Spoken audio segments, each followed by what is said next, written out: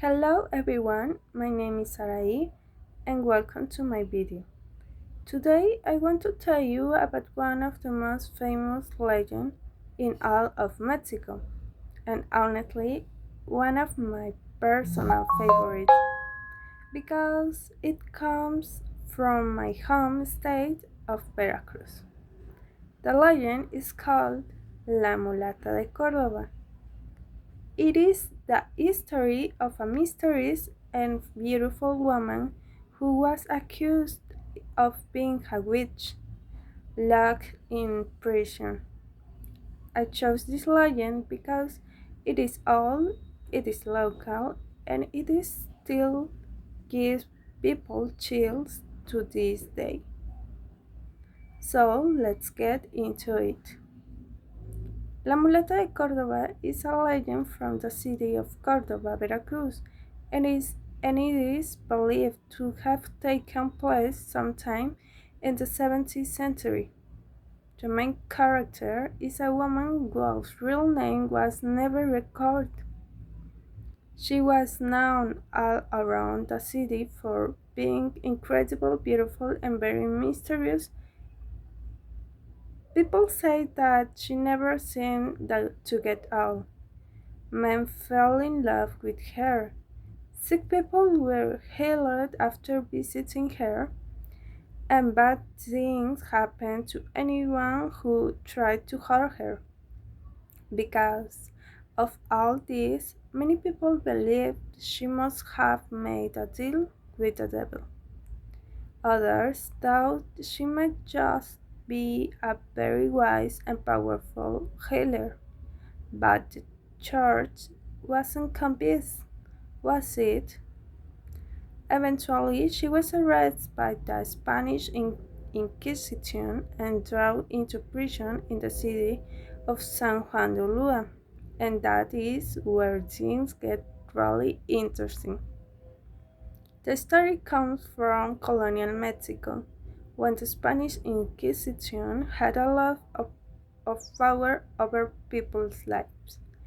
If you were different, if you held people in ways they didn't understand, or if you were simple too independent, you could be accused of witchcraft. And that is exactly what happened to La Mulata. According to the legend, one of night her prison guard went to check on her and found her drawing something on the wall of her cell. He asked her what she was drawing. She said she was drawing a ship. The word laughed and said that was impossible, but then she looked at him and said, "Does it have everything it needs to sail?" He looked at drawing and somehow the ship looked completely real. He said yes, and she simply replied, "Then goodbye." She stepped into the drawing and she was never seen again. The prison cell where this happened can still be visited today at the fortress of San Juan de Ulua in Veracruz. This is my favorite part to think about. What if things had gone differently? If the Spanish Inquisition had not arrested her? She would have continued living freely in Córdoba, and we will probably never have heard this story. The legend only exists because they tried to stop her and failed completely.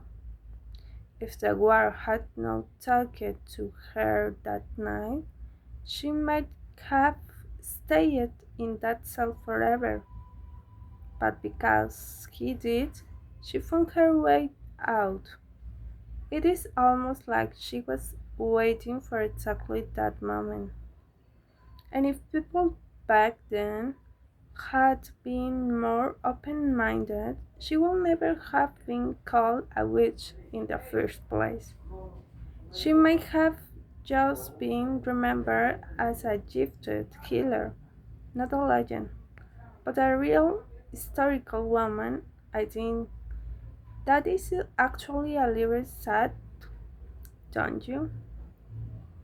So, what do I think about legends like this one?